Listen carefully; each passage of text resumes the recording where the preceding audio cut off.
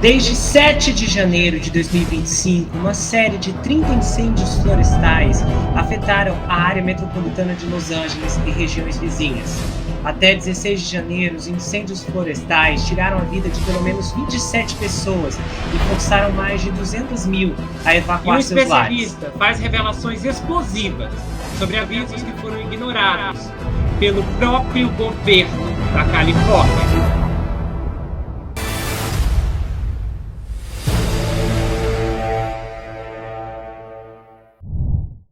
Olá pessoal, bem-vindos a esse canal. Eu sou Gustavo Negreiro, seu psicanalista favorito, e hoje estamos em mais um episódio da investigação continuada que eu tenho feito sobre o incêndio em Los Angeles.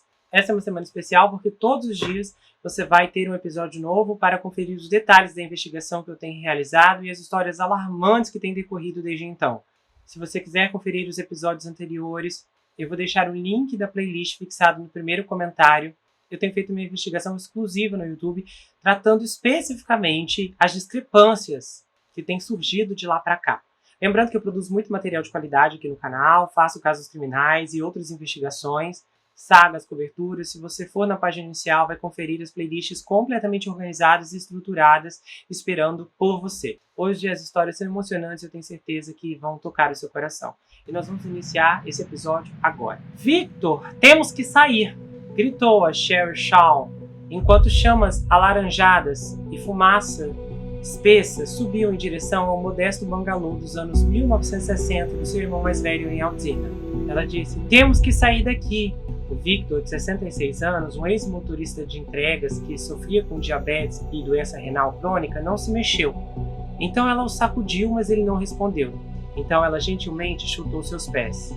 "Victor, o fogo está se aproximando. Não é seguro ficar."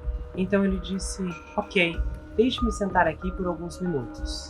A Sherry implorou: "Não há tempo para ficar sentado aqui, temos que sair." Ela saiu do quarto e então voltou e gritou o seu nome, e ele não respondeu. E ela teve que sair porque as brasas eram muito grandes e voavam como uma tempestade de fogo. Sherry teve que se salvar. Ela fugiu, enquanto as chamas do fogo caíam sobre seu SUV. Em Altoona, na primeira semana do incêndio, motosserras zumbiam nas proximidades enquanto equipes de emergência cortavam árvores enegrecidas e derrubadas e os restos carbonizados de uma casa destruída pelo incêndio de Eaton estalavam sob os sapatos dos detetives de homicídios enquanto eles procuravam por restos humanos. Cerca de 1 quilômetro a leste de uma van do legista do condado estava estacionado na Monterosa Drive, um lembrete sombrio de que a contagem oficial não estava concluída. E ao longo da costa de Malibu, a quilômetros de distância, os investigadores vasculharam uma fundação queimada ao longo do Pacific Coast Highway em busca de mais restos mortais. As chamas dos incêndios de Palisades e Eaton forçaram milhares de pessoas a deixarem suas casas, fugindo pelas ruas que rapidamente ficaram congestionadas. Alguns moradores foram forçados a abandonar seus carros enquanto caminhões de bombeiros seguiam em direção às chamas. Em Pasadena e Altoona, as autoridades ordenaram evacuações logo após o início do incêndio em Eaton, mas os ventos fortes fizeram com que o fogo saísse rapidamente do controle e impediram que os bombeiros o combatessem com cobertura aérea. Um morador de Pasadena disse que quando a ordem de evacuação foi dada, levou cerca de 30 minutos para dirigir 10 quarteirões, pois as pessoas estavam tentando desesperadamente sair.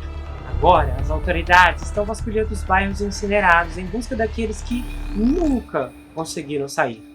O chefe dos bombeiros do condado de Los Angeles, o Anthony Mahoney, disse: "Nossos bombeiros estão apagando os resquícios do incêndio nessas estruturas quando se deparam com essas vítimas." A velocidade do fogo tornou particularmente difícil garantir que as pessoas saíssem a tempo, mas Mahoney disse que há outros desafios, incluindo as pessoas não recebendo ou respondendo a avisos. Algumas pessoas escolhem não obedecer à ordem de evacuação, então elas ficam. E então, algumas pessoas não recebem a ordem de evacuação. Algumas pessoas têm problemas de deficiência e de mobilidade que precisam de ajuda para evacuar. O Dr. O.J. Upton, legista-chefe do condado de Los Angeles, disse que registros dentários ou DNA serão usados para identificar pessoas que faleceram nos incêndios florestais. A maioria das vítimas do incêndio está por falta de uma palavra melhor, carbonizada. Identificadores, como impressões digitais ou características faciais, são perdidos. Detalhes sobre como as vítimas faleceram surgirão nos próximos dias e semanas. A Sherry disse que ainda está tentando processar o que aconteceu. A Sherry é uma designer gráfica de 62 anos que mora em Pasadena e dirigiu até a casa do seu irmão Victor às 19h30 de terça-feira para tentar colocá-la em segurança e ajudar a embalar alguns pertences da família. Victor, que morava em um condomínio que seus pais compraram na Monte Rosa Drive na década de 1960, sofria de problemas de equilíbrio e visão. E a Sherry encontrou o irmão assistindo ao noticiário da TV local e ficando agitado ao ver imagens de incêndios se espalhando por Los Angeles. E aí ela disse que ele tomou um medicamento para convulsões que o ajudou a se acalmar, e ele começou a se sentir groggy. Enquanto Victor adormecia, a Sherry monitorava as notícias e empacotou as fotos do casamento dos pais, documentos importantes, além dos medicamentos e kit de viagem do Victor. Mas por volta das 2 da manhã, quando ela saiu para carregar seu SUV, ela pôde ver as chamas da encosta e fumaça, principalmente laranja. Uma casa a cerca de um quarteirão de distância começou a pegar fogo, e brasas desciam no beco sem saída. Então ela correu de volta para casa e bateu na porta da frente. "Temos que sair daqui." Ela não ouviu se mexer. As brasas estavam caindo no seu carro do lado de fora, e ela soube naquele momento que se não saísse, os dois acabariam falecendo. Então a Sherry pulou em seu SUV e dirigiu até o fim da rua, onde avistou um policial dirigindo pela vizinhança. Ela fez sinal para ele e pediu para que ajudasse a tirar seu irmão de lá. O policial rejeitou seus apelos e a alertou, dizendo: "Não suba aí." Depois que o policial foi embora, Sherry decidiu que tentaria acordar o irmão mais uma vez. Mas a fumaça era tão densa que ela só conseguiu chegar até a metade da rua. Ela não conseguiu fazer aquilo. E naquele momento ela só orou a Deus para que seu irmão saísse. Durante toda a noite, as ligações dela para o celular dele foram para a caixa postal. E aí, na manhã de quarta-feira, um vizinho lhe disse por mensagem de texto que não havia sobrado nada da casa. Então a Sherry, ainda com esperança, perguntou se o carro do irmão ainda estava na garagem. E aí o vizinho disse, e a resposta foi sim. Por volta das 11 da manhã, a Sherry voltou para a casa de sua família com uma amiga. E aí, depois de implorar aos policiais para deixá-la passar pelas barricadas, ela finalmente conseguiu passar. Passando por linhas de energia caídas, ela encontrou seu bairro irreconhecível. Ela disse, foi uma destruição total. Tudo, assim como a Margedon, tudo foi nivelado. Não havia nenhuma casa que ainda estava de pé, exceto uma. Mas fora isso, tudo ainda estava queimando e havia carros e árvores queimados. Apenas chaminés de pé, foi horrível. E o modesto bangalô, que pertencia à família há mais de meio século, não existia mais. E ela contou ao filho do vizinho sobre seu irmão, e ele foi andando em direção aos escombros. E então ele encontrou o corpo do Victor na passarela do lado de fora da porta da frente. Ele estava segurando uma mangueira de jardim em sua mão. A Sherry viu o corpo, mas ela não conseguiu chegar mais perto, ela acabou caindo, muito abalada. Ela reconheceu a calça de moletom verde dele e as autoridades disseram que ele parecia sereno, como se ele estivesse em paz. Desde então, ela tem se perguntado o que aconteceu depois que ela foi embora. Ela disse que ele pode ter sentido que estava tentando fazer a coisa certa e tentando apagar as chamas. Eu não sei se ele realmente acreditava que conseguiria, mas eu sei que ele tentou. O Victor estava lidando com problemas respiratórios e ela se pergunta se a fumaça pesada pode tê-lo asfixiado, se ele pode ter perdido o equilíbrio, se ele caiu. Ela disse, isso fica na minha cabeça. Se eu tivesse conseguido voltar ou ficar mais 5 minutos, teria feito alguma diferença? Ela continuou analisando as possibilidades, imaginando se talvez as coisas poderiam ter acontecido de forma diferente. Talvez eu pudesse tê-lo carregado, talvez algum poder de super-herói me dominasse, uma descarga de adrenalina ou algo assim poderia ter surgido. A Sherry disse que estava feliz por ter se aproximado mais do irmão depois que a sua mãe faleceu em 2020. O Victor adorava dirigir na rodovia para diferentes cidades do país e era fascinado pela Rota 66. Juntos, eles faziam pequenas viagens de fim de semana para Reno, Lake Tahoe, San Diego e Palm Springs. Eles gostavam da companhia um do outro. Ela disse, sabe, quando você é mais jovem, você realmente não aprecia o seu irmão. E à medida que ficamos mais velhos, nossos relacionamentos se desenvolvem. Ele era um bom sujeito. Há menos de 6 anos, o especialista em incêndios florestais, Jack Cohen, que mora em Missoula, Montana, visitou o Pacific Palisades para instruir bombeiros e proprietários de imóveis sobre como proteger casas contra incêndios florestais. 3 dias de treinamento, incluindo um tour pela comunidade, deixaram Cohen esperançoso, mas o sentimento desapareceu quando ficou claro que suas lições não seriam totalmente implementadas. A tragédia recente o deixou com uma profunda tristeza. De sua casa nos arredores de Phoenix, o historiador de incêndios Stephen Prine vê a história se desenrolar na destruição dessa semana em Los Angeles. Ele disse, pode ser equivalente em termos de fogo a um furacão de categoria 5. Respeitados por agências de bombeiros de todo o país, o Steve e o Jack descobriram que suas advertências diretas eram frequentemente desconsideradas ou descartadas. Sensíveis a perdas e sofrimento, ambos disseram que são motivados pela crença de que a magnitude da destruição de Los Angeles e Aldina não é uma conclusão precipitada. Ele disse, sinto-me compelido a continuar investigando essa questão porque ela é muito solucionável se decidirmos fazê-lo. Os 2 especialistas falaram com o Los Angeles Times em 2017, quando incêndios florestais devastaram o norte da Califórnia e, novamente, agora, em meio à calamidade que se desenrola. Eles há muito argumentam que a compreensão em relação com o fogo precisa mudar se as pessoas quiserem evitar conflagrações. Enquanto o Steve foca na relação cultural com o fogo, o Jack olha para o fogo de uma perspectiva científica. Ambos sugerem que as pessoas têm mais controle sobre desastres de fogo do que pensam. E ambos, então, começam redefinindo o problema. Ele diz, esqueça a interface urbano-selvagem. Quando ocorrem incêndios catastróficos, os especialistas geralmente culpam a chamada interface urbano-selvagem, a região vulnerável no perímetro das cidades e subúrbios, onde uma abundância de vegetação em terrenos acidentados é suscetível a queimadas. No entanto, os desastres de incêndio que estamos vendo hoje são menos incêndios florestais que incêndios urbanos. E mudar esse entendimento pode levar a estratégias de prevenção mais eficazes. E a suposição é continuamente feita de que são as grandes chamas que causam destruição generalizada na comunidade. E ainda assim, o incêndio florestal, na verdade, só inicia ignições na comunidade, em grande parte com brasas queimando. Especialistas atribuem a devastação generalizada às brasas movidas pelo vento que acendem focos de incêndios de 2 a 3 milhas à frente do fogo estabelecido. Mapas do incêndio de Eaton mostram ignições aparentemente aleatórias em Aldina. Quando você estuda a destruição em Pacific Palisades e Aldina, o especialista diz o seguinte, você vai observar o que não queimou, copas de árvores não consumidas adjacentes e casas totalmente destruídas. A sequência de destruição é comumente assumida como ocorrendo em algum tipo de frente de chamas espalhada, organizada. Um tsunami de gases superaquecidos, mas não acontece dessa forma. Em desenvolvimento de alta densidade, casas em chamas espalhadas se espalham para seus vizinhos e assim por diante. Ignições a favor do vento e através das ruas são tipicamente de chuvas de brasas queimando estruturas e chamas.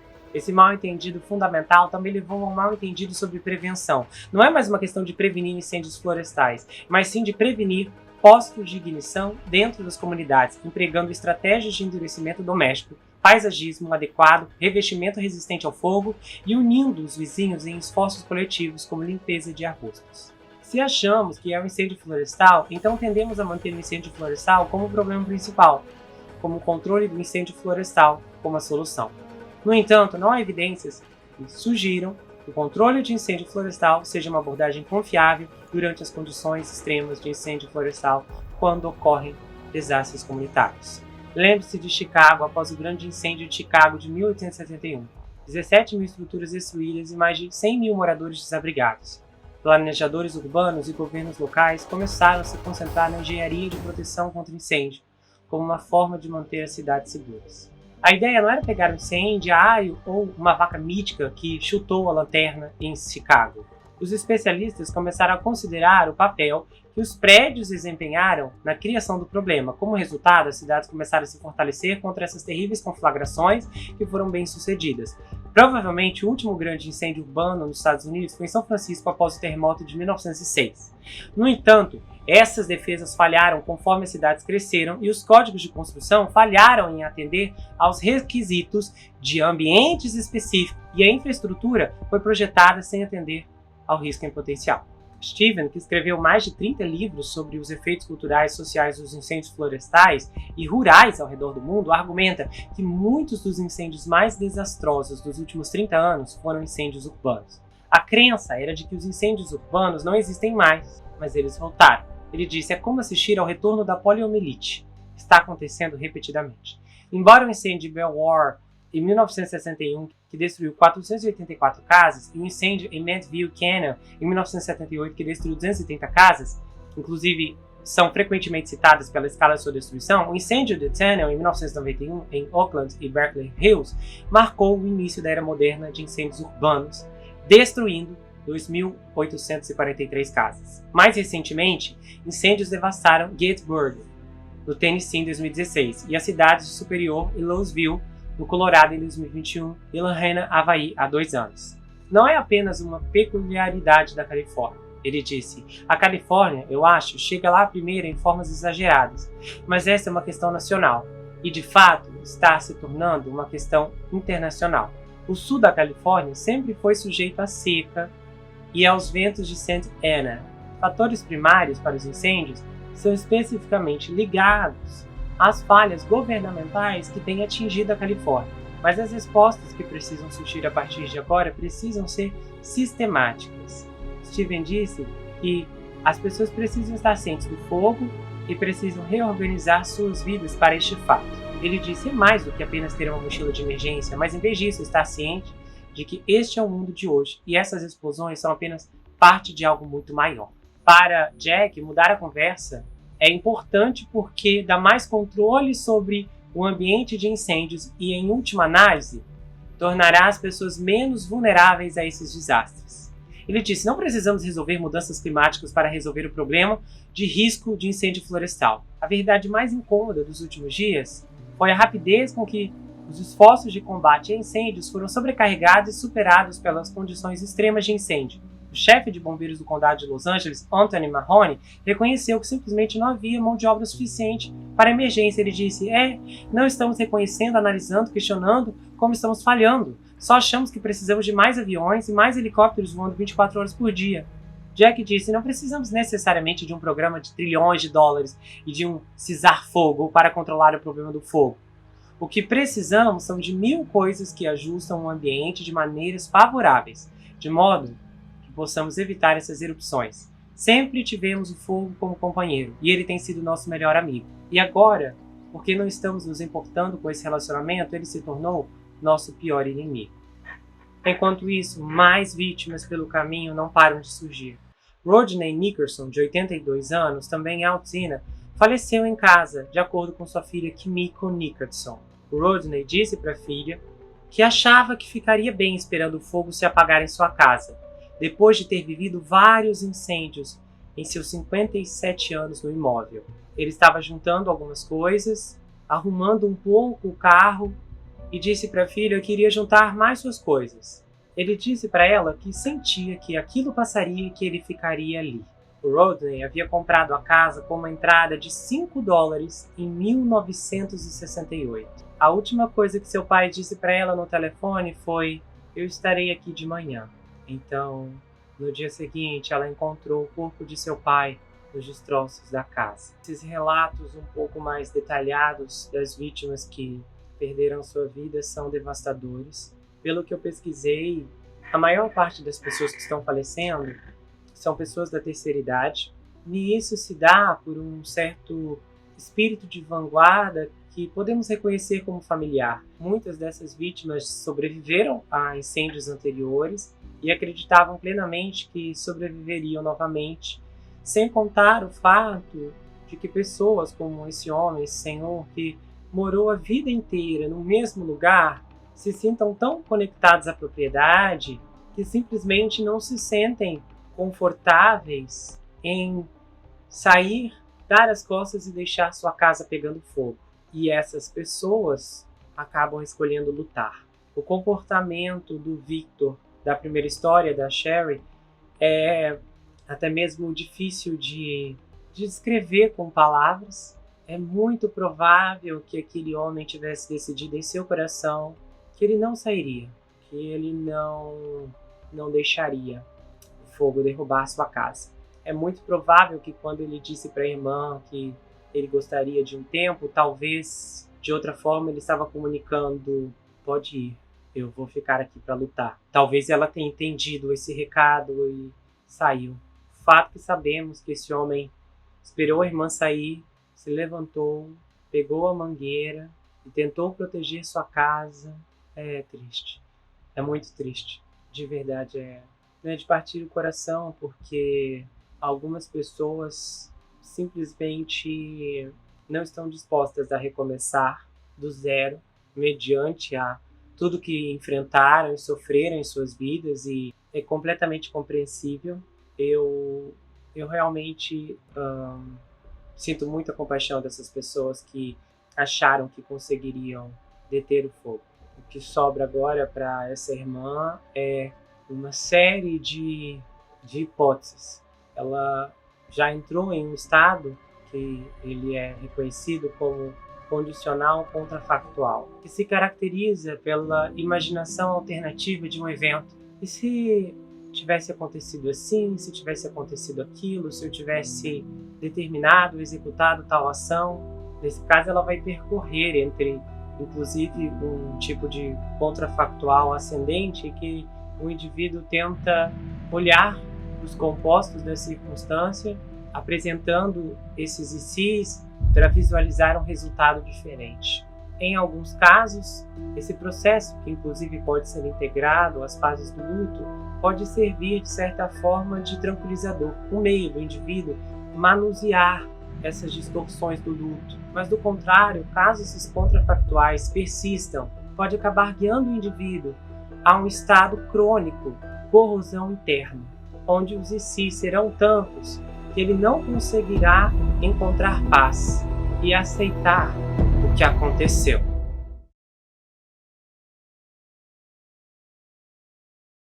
Se você gostou desse episódio, se inscreva no canal, ative o sininho, que é muito importante, confira se ele está selecionado para você receber todas as notificações. Do contrário, o YouTube não vai levar até você todos os episódios que eu produzo aqui. Compartilhe esse vídeo, comenta, dá o seu like. E se você quiser, você pode me seguir, Gustavo N Psicanalista, lá no Instagram. Eu também tenho um canal de cortes, onde as análises são recortadas e postadas por lá. Além que eu também tenho um grupo no Telegram, onde eu faço postagens recorrentes, converso com os inscritos, faço enquetes, tenho uma interação muito exclusiva e colaborativa por lá. E se você quiser saber mais sobre mim, adquira meu livro Perfeito Estranho. Esse é um suspense multifocal com uma abordagem inédita. O livro é escrito em formato roteiro, diferente de qualquer coisa que você já viu, e ele conta uma história extraordinária sobre o rapaz Jack Wilbur, que mora em uma mansão sozinho em Nova York. E ele começa a desconfiar que um terrível serial killer está escondido em sua própria casa. À medida que sua investigação avança, ele começa a analisar todos os aspectos geracionais de sua vida. As heranças financeiras, as heranças psicológicas, as heranças genéticas. E então, ele descobre que está preso em uma terrível maldição hereditária. Há uma reviravolta inacreditável no capítulo 10 que vai te deixar de queixo caído. O desconhecido está na sua casa, na sua vida, mas fora do seu reconhecimento. O livro vai autografado, se você quiser. É enviado para qualquer lugar do Brasil e quase qualquer lugar do mundo. Você pode adquirir pelo meu site, entrar em contato comigo pelo Instagram ou pelo Telegram. A gente se vê no próximo caso e não se esqueça que aqui você sempre vai ter uma amiga. Até mais, pessoal!